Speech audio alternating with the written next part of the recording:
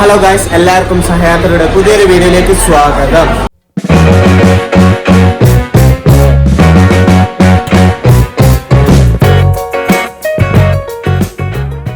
Guys, നമ്മളിപ്പോൾ next സ്ഥലത്തേക്ക് പോകുന്നത് ചൗമഹല്ല.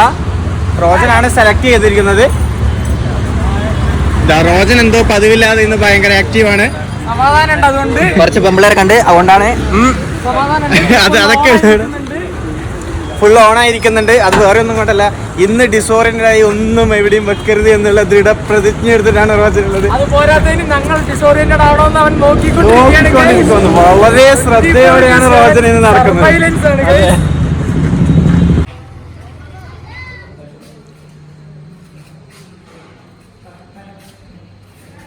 മറ്റേ രാജാവിൻ്റെയും റാണിൻ്റെയും ഒക്കെ ഡ്രസ്സൊക്കെ ഇട്ടിട്ട് ഫോട്ടോ എല്ലാം എടുക്കുന്ന സെറ്റപ്പ് ഉണ്ട്. അത് വന്ന ഒരുപാട് ഒരു പുള്ളിക്കാരൻ ഇങ്ങനെ കാണിച്ചു. ഞങ്ങൾ വിചാരിച്ചു എന്താണ് ഞങ്ങൾ എന്തെങ്കിലും ഒപ്പിച്ചോ. ഒരുമാതിരി അവരെ ഫോട്ടോഷോട്ട് എടുക്കാൻ വേണ്ടി പോകാൻ വേണ്ടി പറയുന്ന ലാംഗ്വേജ് അത്. ഞങ്ങൾ ചൊറവലിക്കില്ല, ഞങ്ങൾ നല്ലവരാണെന്ന് 100% വായിൽ പറഞ്ഞുകൊണ്ട് മനസ്സിൽ പറഞ്ഞുകൊണ്ട് ഞങ്ങളത് പ്രശ്നമാക്കിയില്ല. 100 റുപ്പീസാണ് ഒരു പേഴ്സണ്. അത് വെർത്താണോ എന്ന് ഇതുവരെ മനസ്സിലായില്ല. 100 റുപ്പീസ്.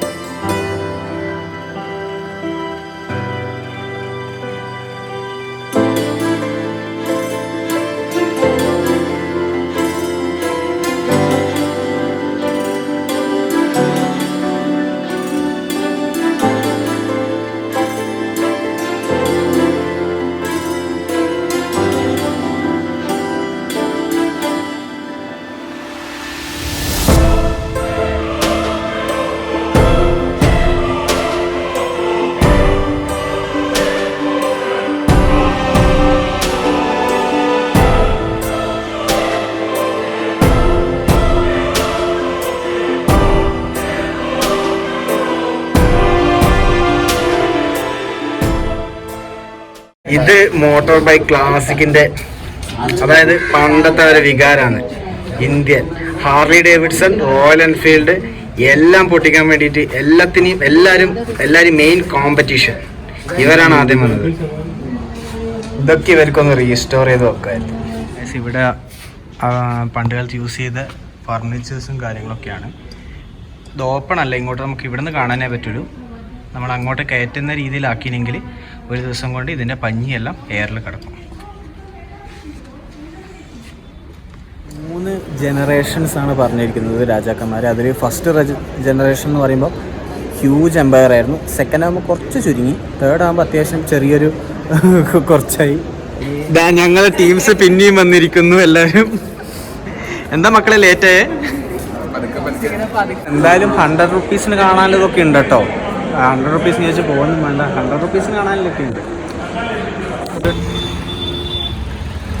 ഇപ്പം ഹൈദരാബാദായില്ല. ഹൈദരാബാദ് വന്നാൽ എന്തായാലും ഹൈദരാബാദ് ബിരിയാണി കഴിക്കണമല്ലോ. നമ്മളിപ്പോൾ ഉള്ളത് ഹോട്ടൽ ഷതാബിലേക്കാണ്. അപ്പോൾ ആദ്യം ഇവിടുന്ന് ട്രൈ ചെയ്യാം. നിങ്ങൾ ഹോട്ടൽ ഷതാബിൽ നിന്ന് ട്രൈ ചെയ്യുമ്പോൾ ചാർമിനാറിന് അടുത്തുള്ള ഹോട്ടൽ ഷതാബ് നോക്കണം. ഞങ്ങളിവിടെ കുറേ മലയാളീസിനെ കണ്ടു. എല്ലാവരും ഒരുപോലെ പറഞ്ഞൊരു ഹോട്ടലാണ് ഷതാബ് ഹോട്ടൽ. അപ്പോൾ ഇവിടെ എങ്ങനെയുണ്ട് നോക്കാം.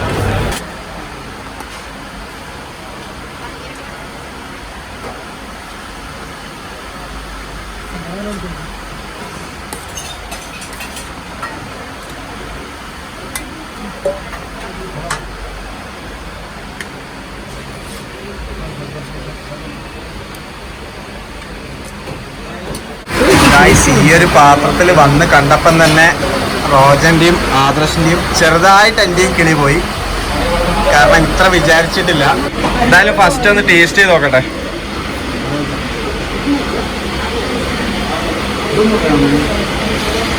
നല്ല ചൂടുണ്ട് കേട്ടോ.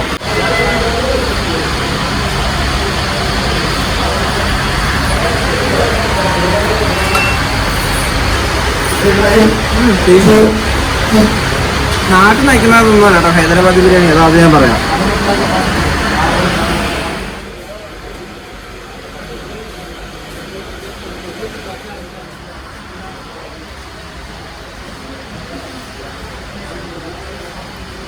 ഗൈസ് 8ന്റെ പണിയാണ് കിട്ടിയത്. എന്താണെന്നോ ഞങ്ങൾ 3 ബിരിയാണി വന്നു. അമ്മ കൊണ്ടുതന്ന ചെമ്പിലാണെന്ന് മാത്രം.